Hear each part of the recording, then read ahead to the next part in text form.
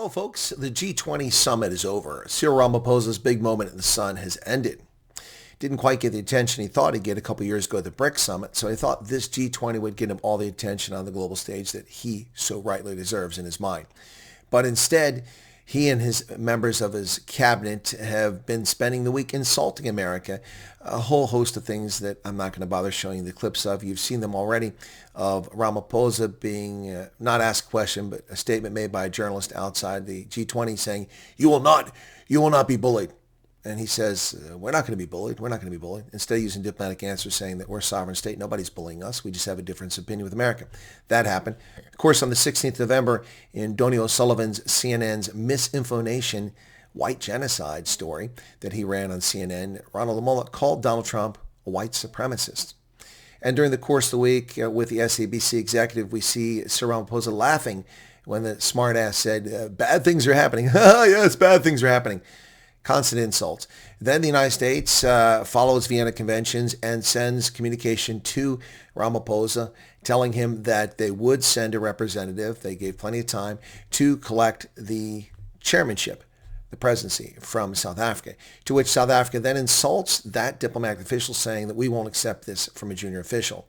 Well, that's the president's representative in South Africa. He's not a junior official with 3 decades of diplomatic experience. And then on top of that, South Africa violates protocol for the G20 by announcing a joint declaration of consensus, even though it's impossible to have consensus when all 20 members haven't agreed.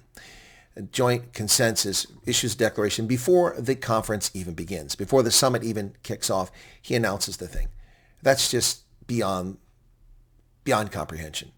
It's beyond the pale, the behavior of South African officials.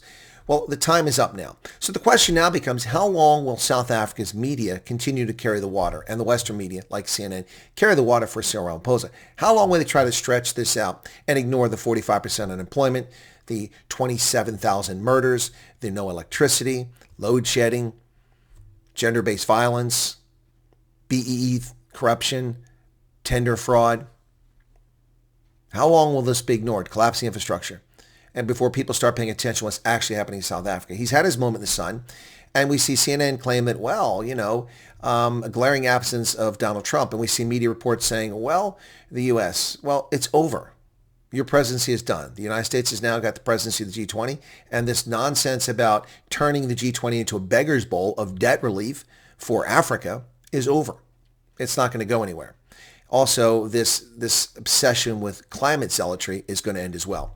So the question now becomes, how many stories will South Africa's editors, how many times will they run stories about this?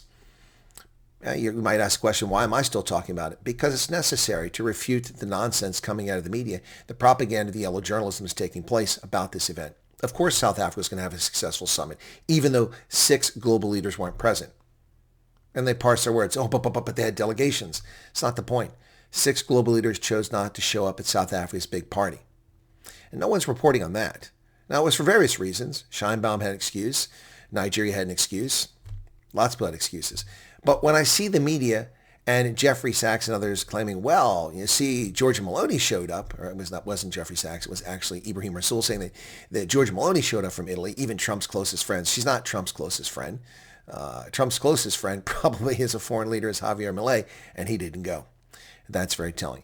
Also, they're acting as if Trump went around and boycotted this thing. No, he just said the U.S. wasn't attending. They used the word boycott, not the U.S. Trump didn't try to get a boycott in the G20. If he did, then other leaders wouldn't have shown up and delegations wouldn't have been there. But Trump never sponsored a boycott. The U.S. never asked its allies not to go. But of course, the media will twist this and claim that Trump has egg on his face. No, South Africa ran the G20 minus 6 global leaders. They perverted the purpose of the G20 with their debt relief and their climate zealotry. And it's over now. So how long will the South African media and Western media continue to prop up Ramaphosa's failing regime with collapsing infrastructure, 45% unemployment, 27,000 murders per year, pervasive gender-based violence, and all these other things happening in South Africa? Junk bond status? We'll see. But it certainly won't end today because they want to milk this as long as they can. If ifs and buts were candy and nuts, we'd all have a happy Christmas. Or a Merry Christmas, as we say in America. What say you, South Africa? Mzansi. Cheers.